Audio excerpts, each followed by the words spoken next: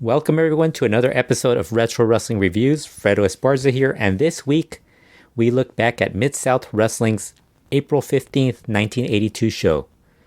Before we get to the review, be sure to click that subscribe button. We'll have more wrestling show reviews as well as the Lucha World podcast and other content available on this YouTube channel. This week's episode kicks off with Boyd Pierce being joined this week by Jim Ross on commentary.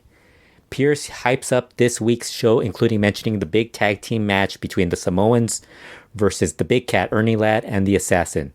Jim Ross mentions the Jerry Lawler, Andy Kaufman confrontation and mentions that Bill Watts was there earlier and had some comments about that. They cut to Bill Watts doing a serious promo about professional wrestling and then buries Andy Kaufman for what he was doing with wrestling women. Watts calls Jerry Lawler a tough pro wrestler and shows a video highlight of Lawler and Kaufman's match in Memphis, Tennessee. The news report made it seem like Kaufman was legit injured in the match against Lawler. Watts said Kaufman learned his lesson and then mentions Gorilla Monsoon beating up Muhammad Ali in a wrestling ring. The first match on the show had the one-man gang with General Skandor Akbar beating Terry Gibbs and Tony Torres in a handicap match. Lots of double team attempts and quick attacks by Gibbs and Torres at the one-man gang that were proven unsuccessful. Gang just used his size. He got Torres in a bear hug, but Gibbs made the save. That didn't stop Gang as he ended up slamming Torres again and then hitting a splash off the ropes for the pin. Second match on the show was Captain Redneck Dick Murdoch beating Bob Roop by countout. Murdoch carried a duffel bag with him in the ring and he pulled out some military equipment along with his wrestling trunks. He grabbed his trunks and put them on before he removed his military jacket. No idea what was going on there, but that was a funny segment, funny moment. Roop then attacked Murdoch as he entered the ring. Akbar showed up ringside. Roop controlled the early action and slammed Murdoch. He then climbed up the ropes and missed the splash as Murdoch raised his knees. Murdoch then got Roop with a big elbow drop and a few punches. Murdoch then headed to the outside to grab his duffel bag and went and put on his helmet, which was the military helmet that they would wear. He actually brought that along with him.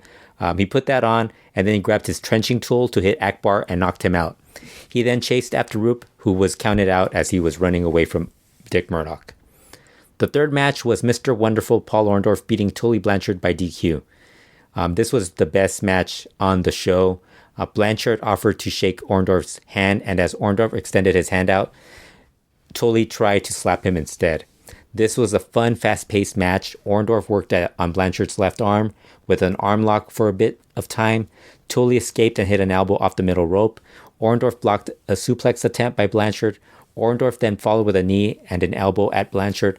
He got Tully in a Boston Crab, but Blanchard was able to power out. Blanchard then got Orndorff in a figure four leg lock. Crowd started to cheer loudly for Orndorff to reverse the hold. As he was doing so, Bob Roop ran out and climbed to the top rope and landed a knee drop on Orndorff. Referee then disqualified Blanchard due to Roop's interference. The fourth match on the show had Iron Mike Sharp beating Larry Higgins with a bear hug. This was a short match. Higgins got in some offense, including a clothesline and an elbow, but Sharp was quick to get the win. That was then followed by a recap of The Assassin showing up as Ernie Ladd's mystery tag team partner against the Samoans. They then come into the live TV taping and they show The Assassin making an announcement for Ernie Ladd and the fans. The Assassin says his goal was to make as much money in pro wrestling as he can. He said last week Ernie Ladd paid him extremely well to enlist his services against the Samoans. However, he received a very important phone call in the morning from Skandor Akbar. He said Ladd paid him well to save his bacon last week, but Akbar has paid him a lot more just to walk out of the ring and not team with Ladd. Ernie Ladd asked the Assassin why he didn't tell him this before he paid him to team with him. The Assassin said he didn't tell him because there was a little flair that he'd like to add to himself and to make Ernie Ladd look like a big stupid fool that he was. The Assassin then walked out.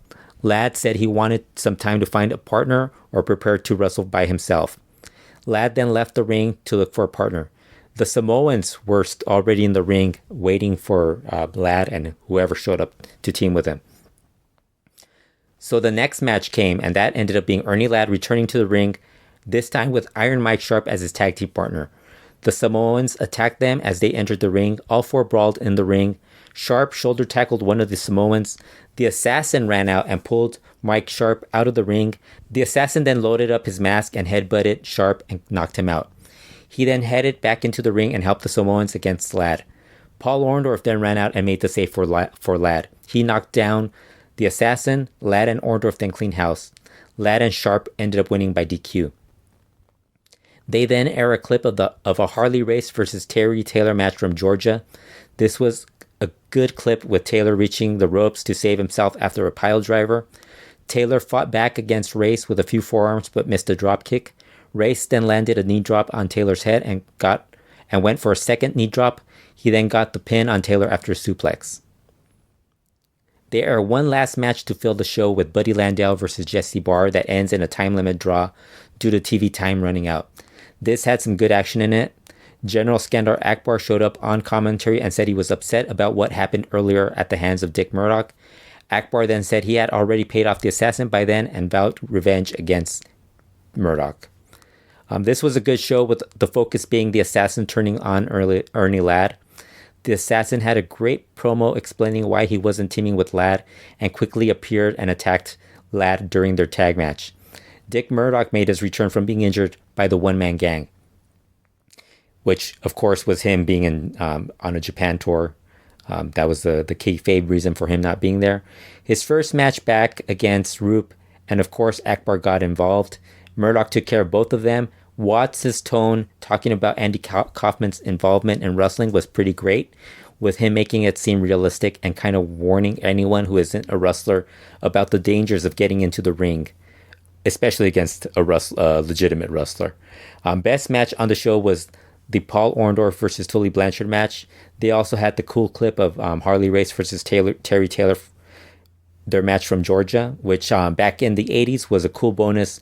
When watching wrestling back then, they would show you something from another territory. And I think the Harley Race Terry Taylor match from Georgia, that clip actually ended up appearing in other places. I think it ended up airing on Florida TV as well. And I think maybe Memphis. I'm thinking that might have been also on there as well. But it made the rounds. I think even Mid-Atlantic.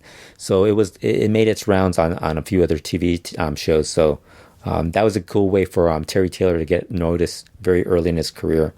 That's it for this review. Be sure to subscribe to the Retro Wrestling YouTube channel, and we'll be back again soon with more reviews.